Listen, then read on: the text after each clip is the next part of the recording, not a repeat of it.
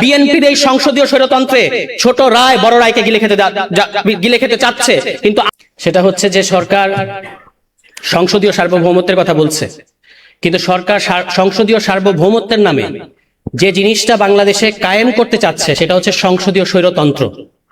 এবং আমাদের বিরোধী দলের সর্বমোট আসন হচ্ছে ৭৮টা, কিন্তু আপনারা দেখেছেন এই সেশনটা যতটুকু গেল আমরা কি দেখলাম, বিরোধী দলের অন্তত ১০-১৫ জন কথা বলেছেন জুলাই সনদের ব্যাপারে, গণভোটের ব্যাপারে, সংস্কারের ব্যাপারে, সংস্কার পরিষদের ব্যাপারে। কিন্তু এই যে ২১৩ আসন বিশিষ্ট একটা ২/৩ দল, তাদের কয়জনকে আমরা কথা বলতে দেখেছি? একজন কথা বলেন, পাশে দিয়ে আরেকজন কথা বলেন, অর্ধেক। এবং যিনি আবার যখন কথা বলেন অর্থাৎ আইনমন্ত্রী, মিথ্যা কথা ছাড়া একটা সত্য কথা আমরা তার মুখ থেকে শুনি নাই। এবং তিনি একজন প্যাথোলজিক্যাল লায়ার।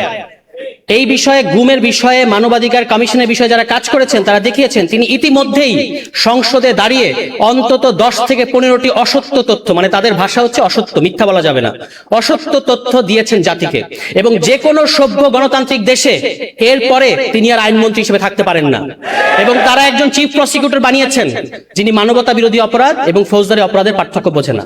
ফলে এই হচ্ছে বাংলাদেশে বিএনপি। এবং আপনারা জানেন যে বিএনপির এই খাসলত এটা কিন্তু নতুন না। বাংলাদেশকে সংকটের মুখে ঠেলে দেওয়া এটা বিএনপির একটা ঐতিহাসিক সিলসিলার মধ্যে আছে।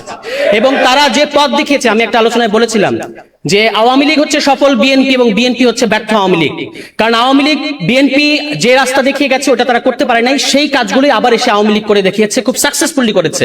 কিন্তু বিএনপি নিজের দেখানো রাস্তায় নিজে গিয়ে খাদের মধ্যে পড়েছে। আজকে আপনি পত্রিকা নিউজ দেখবেন যে এখন যে নতুন প্রধানমন্ত্রী বাসভবন হচ্ছে, সেখানে বাংকার করা হচ্ছে, সেখানে টানেল করা হচ্ছে। আপনি কোথায় যেতে চান? আপনি কোথায় যেতে চান? সংসদে তো আপনি নির্বাক থাকেন। এবং পার্লামেন্টারি ডেমোক্রেসির নামে আপনারা দেখেছেন যে স্বরাষ্ট্রমন্ত্রী তিনি ক্রীড়া বিষয়ক প্রশ্নের উত্তর দেন, স্বাস্থ্য বিষয়ক প্রশ্নের উত্তর দেন, তিনি সব্যসাচী সমস্ত বিষয়ে প্রশ্নের উত্তর দেন। শুধু নিজের মন্ত্রণালয়ের অবস্থা ওই সাবেক অন্তর্বর্তী সরকারের সাবেক স্বরাষ্ট্র উপদেষ্টার চেয়েও ব্যর্থ স্বরাষ্ট্রমন্ত্রী তিনি।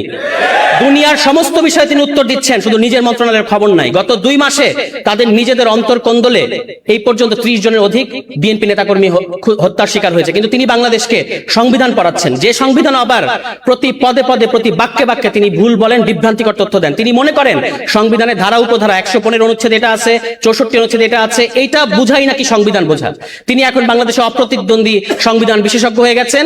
এবং তিনি মানে কত তার অডাসিটিটা আপনারা খেয়াল করবেন, সংসদে দাঁড়িয়ে পুরো জাতিকে তিনি অপমান করছেন। তিনি বলছেন তিনি মাস্টারি করছেন।